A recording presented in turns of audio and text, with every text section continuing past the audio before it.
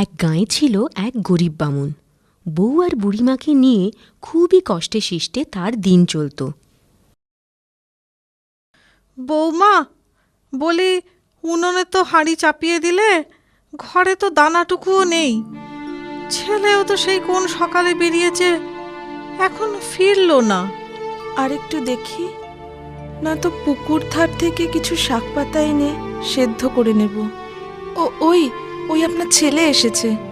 বাছা, সারাদিন ঘুরে কিছু পেলি? না মা, সবার ঘরেই এক অবস্থা। একটু যা চাল ডাল পেয়েছি তাতে তিনজনের আধ পেটা খেয়ে 4 দিনও চলবে না।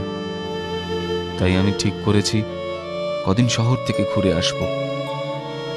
দেখি ওখানে যদি কিছু রোজগার পাতি। আমরা কি তাহলে এখানে একা থাকবো? কটা দিনের তো ব্যাপার, আমি যত তাড়াতাড়ি পারবো চলে আসব। গায়ে তো চেনা জানা মানুষরা রইলই, কোনো বিপদ আপদ হলে ওদের কাছেই যেও। এই কটা দিন কোনো রকমে চালিয়ে নাও। আমি বরং আজই বেরিয়ে পড়ি। সেই ভালো বাছা, তুই কটা দিন শহর থেকে ঘুরে আয়। তিনজনে এইভাবে অনাহারে থাকার চেয়ে একটা কিছু চেষ্টা করা ভালো। ও আমরা এই কটা দিন ঠিক কষ্টে শিষ্টে চালিয়ে নেব।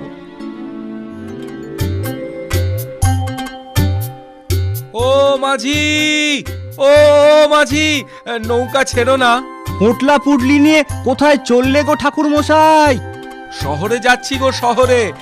গায়ের যজমান বাড়ির অবস্থাও তো ভালো নয়, তাই শহরে যাচ্ছি দুটো রোজগারের আশায়। ঠিকই বলেছ, দিনকাল যা পড়েছে, কটা মাসের মধ্যে গায়ের কি দুর্দশা হলো বলো তো।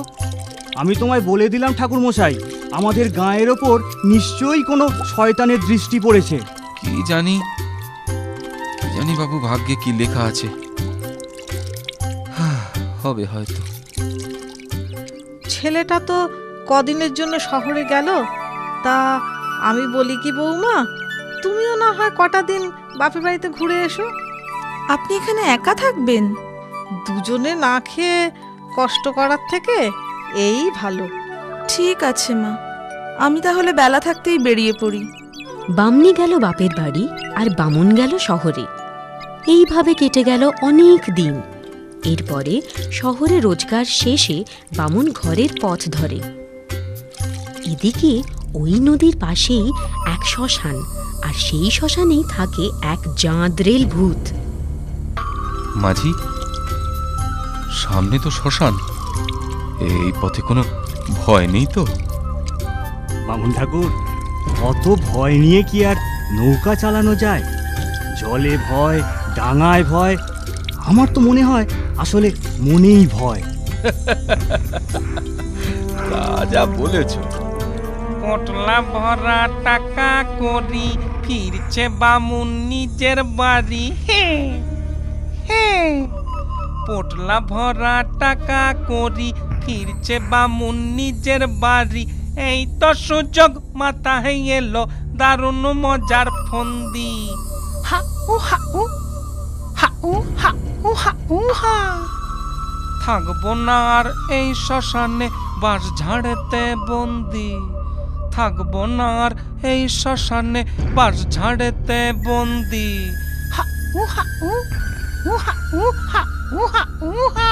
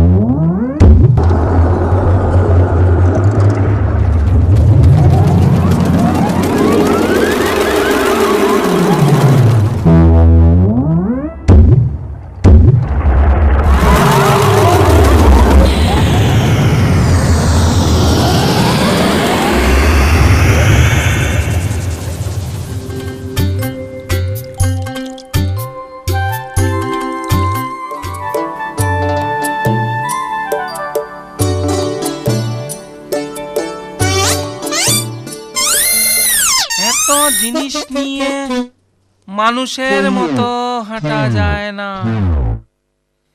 এদিকটা বেশ নিরিবিলি দেখছি। চট করে নিজের মূর্তি ধরি, তাহলে তাড়াতাড়ি ঘরে পৌঁছতে পারবো।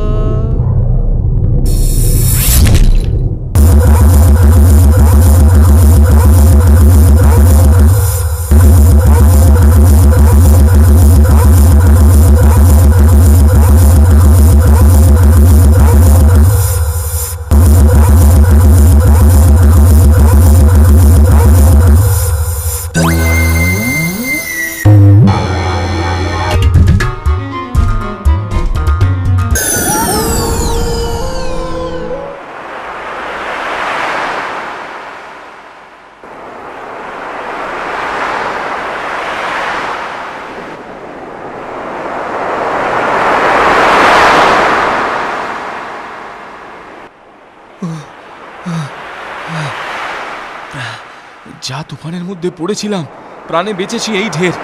জিনিসপত্রগুলো সব নৌকাতে ছিল। যাই যাই মাঝির কাছ থেকে জিনিসগুলো ফেরত নিয়ে বাড়ির দিকে যাই এবার।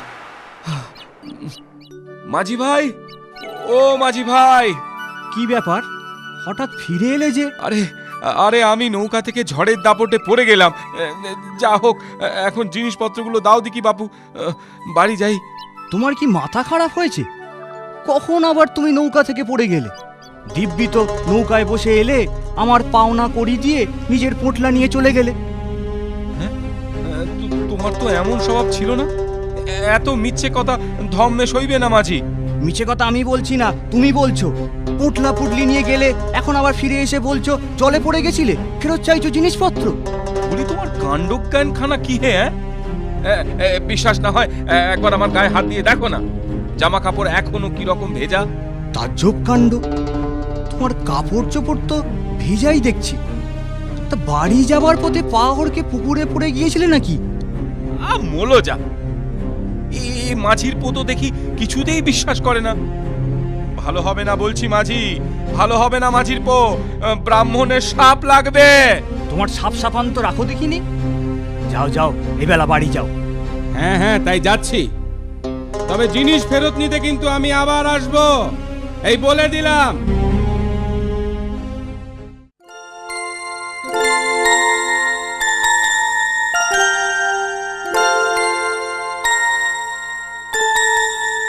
এই নে, তোর জন্য পুলি পিঠে করেছি, একটু মুখে দে বাবা।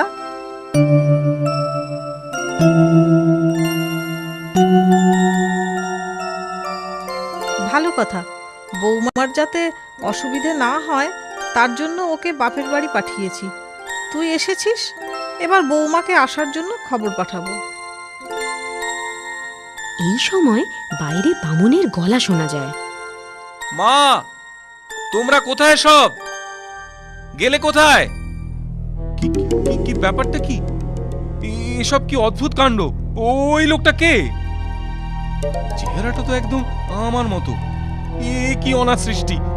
মা, মা তুমি ওই লোকটাকে জামাই আদর করে খাওয়াচ্ছ কেন? তুই কে রে অলক্ষণে? আমার বাছার মতো চেহারাটা ধরেছিস, আবার এখন এসে হম্বিতম্বি করছিস? দূর হ এখান থেকে। হ্যাঁ ঠিকই তো। কে রে বেটা তুই? আমার বাড়িতে এসে আমাকেই চোটপাট! খবরদার, মুখ সামলে, জালিয়াত চোর! বেরো আমার বাড়ি থেকে!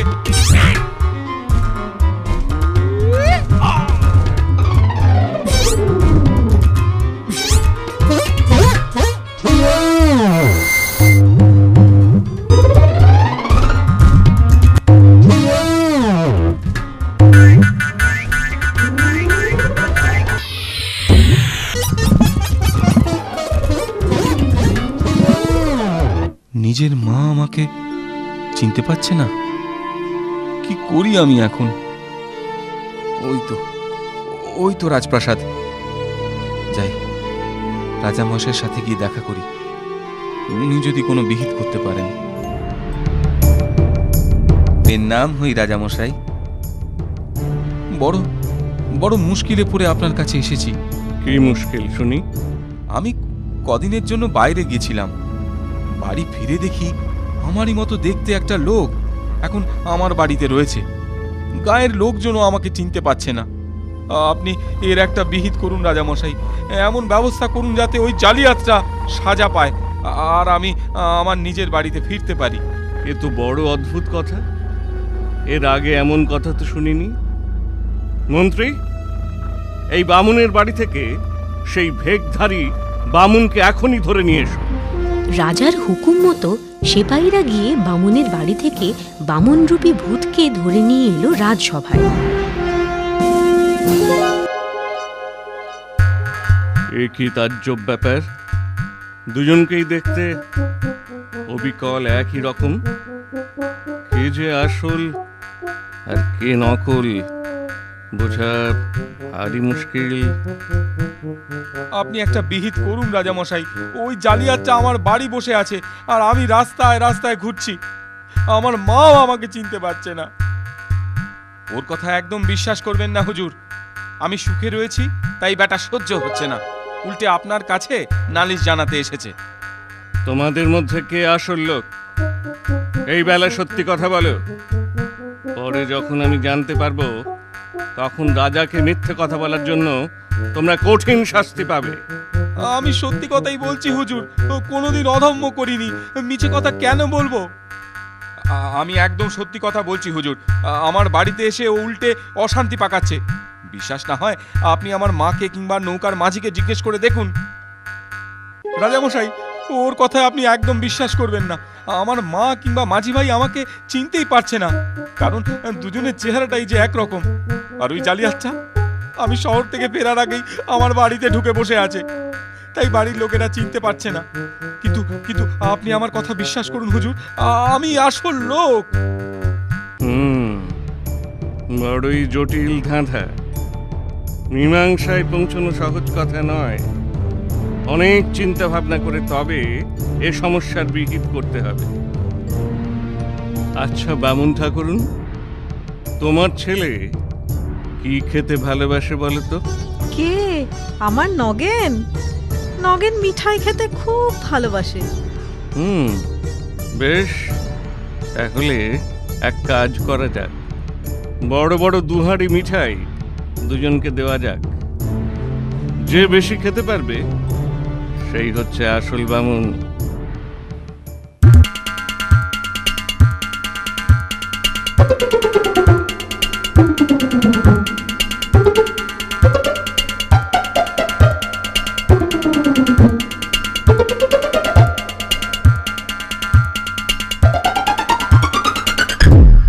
না, এ তো দেখছি সবই নিমেষে সাফ করে দিল। আচ্ছা, তোমরা তোমাদের তিন পুরুষের নাম বলো তো। যার লোক নিশ্চয় এটা পারবে না। আমি এক্ষুনি বলছি মহারাজ, আমার বাবার নাম 1 করি, তার বাবা 2 করি, তার বাবা 3 করি। বাবা, তুমি নাম বলছো না নামটা বলছো? কি বামুন ঠাকুরুন, ঠিক বললেও? হ্যাঁ রাজামশাই। আচ্ছা, এবার তুমি বলো দেখি তোমার 3 পুরুষের নাম। মহারাজ, ও তো আমারটা শুনে ফেলেছে। তাই তো তাহলে উপায়? মহারাজ, আমি বলি কি, ওকে ওর মামার বাড়ির 3 পুরুষের নাম বলতে বলুন। আমার মনের কথাটাই তুমি বলে ফেললে মন্ত্রী, আমিও তো তাই ভাবছিলাম।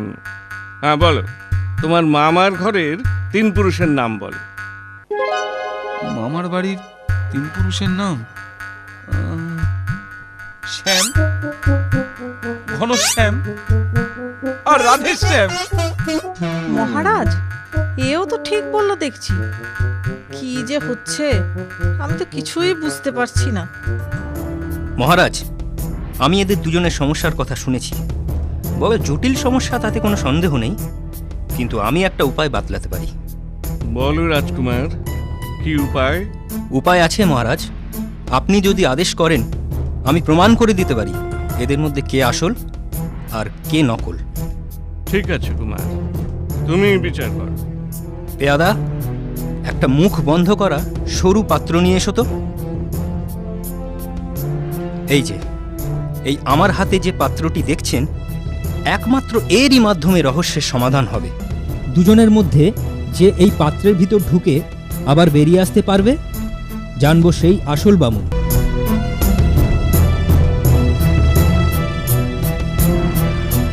বাবা, বাবা তুমি বিশ্বাস করো, আমি সত্যি কথাই বলছি, আমার কোনো অপরাধ নেই। এইটুকু ছোট পাত্রের মধ্যে আমি ঢুকবো কি করে? এ যে অসম্ভব। অসম্ভব বললে তো চলবে না, প্রমাণ তো দিতেই হবে। আমি পারবো, আমি অনায়াসে ওই পাত্রের মধ্যে ঢুকে আবার বেরিয়ে আসতে পারবো। এক্ষুনি দেখাচ্ছি।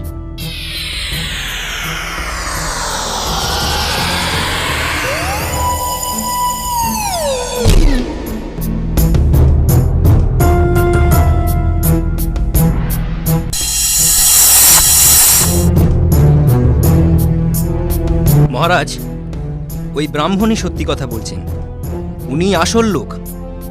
আর পাত্রের মধ্যে যে এখন আটকা পড়েছে সে খুব দুষ্ট একটা ভূত। ব্রাহ্মণের ছদ্মবেশ ধরে সবাইকে ভুল বুঝিয়েছে।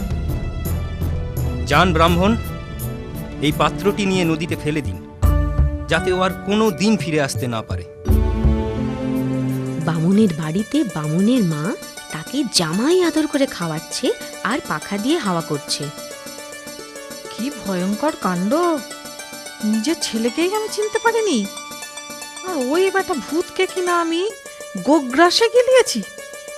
ভাগ্যিস বৌমা ছিল না, কালই আমি বৌমাকে আনতে লোক পাঠিয়ে দেবো।